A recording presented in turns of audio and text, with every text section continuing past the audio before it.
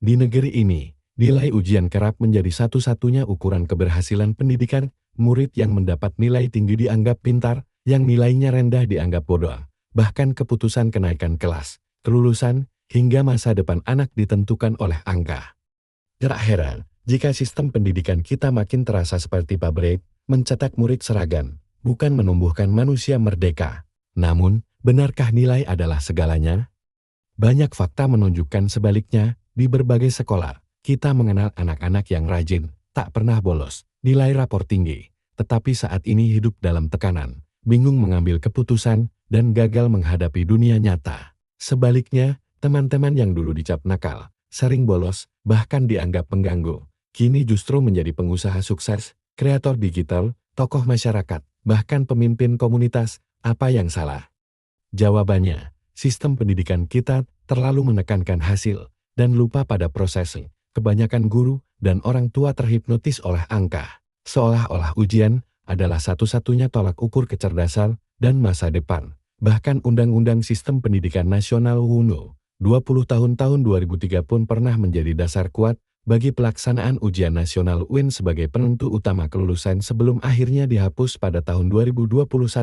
Namun, meski UN dihapus, mentalitas nilai sebagai dewa masih bercokol. Sekolah masih menilai anak dari angka. Anak masih merasa gagal hanya karena salah mengisi pilihan ganda. Padahal, nilai ujian tidak bisa mengukur daya juang, kepedulian, keberanian, atau potensi sejati manusia. Pasal 31 ayat 3 di tahun 1945 menyatakan, pemerintah mengusahakan dan menyelenggarakan satu sistem pendidikan nasional yang meningkatkan keimanan, ketakwaan, dan akhlak mulia dalam rangka mencerdaskan kehidupan bangsa. Pendidikan nasional tidak dimaksudkan hanya untuk mencerdaskan otak, tetapi juga membentuk kepribadian utuh manusia Indonesia. Lebih lanjut, dalam UU Sisdiknas pasal 1 angka 1.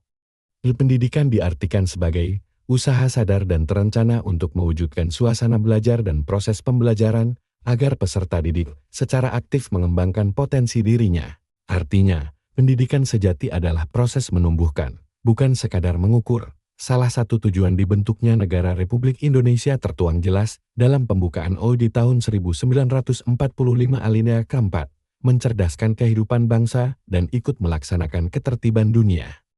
Kata mencerdaskan di sini tidak boleh direduksi menjadi sekadar memberi nilai 100 di rapor. Mencerdaskan berarti membentuk manusia yang tahu siapa dirinya, membangun rakyat yang berpikir kritis, peduli sesama, dan berani membela kebenaran, seperti kata Ki Hajar Dewantara, Bapak Pendidikan Nasional. Pendidikan itu menuntun segala kekuatan kodrat yang ada pada anak-anak, agar mereka sebagai manusia dan sebagai anggota masyarakat dapat mencapai keselamatan dan kebahagiaan yang setinggi-tingginya. Solusi, bangunkan kesadaran, ubah sistem pendidikan, tidak boleh lagi terjebak dalam logika angka. Kita harus mengubah paradigma dari nilai menjadi makna. Guru harus diberdayakan untuk menilai karakter, proses, dan semangat belajar, bukan sekadar memenuhi kolom penilaian administrasi. Siswa harus dibebaskan untuk bertanya, berkreasi, mencoba gagal dan belajar dari kegagalan, bukan disekoki soal, dipaksa seragam, lalu diukur seperti barang produksi. Orang tua dan masyarakat perlu sadar bahwa nilai bukan ukuran mutlak masa depan, yang lebih penting adalah daya juang, rasa ingin tahu, empati, dan tanggung jawab. Penutup, pendidikan adalah perlawanan. Jika pendidikan hari ini membuat anak merasa bodoh hanya karena nilai, jika pendidikan membuat guru takut gagal karena siswa tak naik kelas, jika pendidikan membuat anak kehilangan semangat hidup hanya karena angka, maka pendidikan harus dilawan, bukan untuk dihancurkan, tapi untuk dihidupkan kembali. Pendidikan sejati bukan soal naik kelas, tapi soal naik derajat sebagai manusia. Ini adalah suara dari pinggiran sistem untuk menggugat pusat kekuasaan pendidikan yang terlalu lama diam dalam zona nyaman. Mari kita mulai kembali dari hati yang ingin memanusiakan.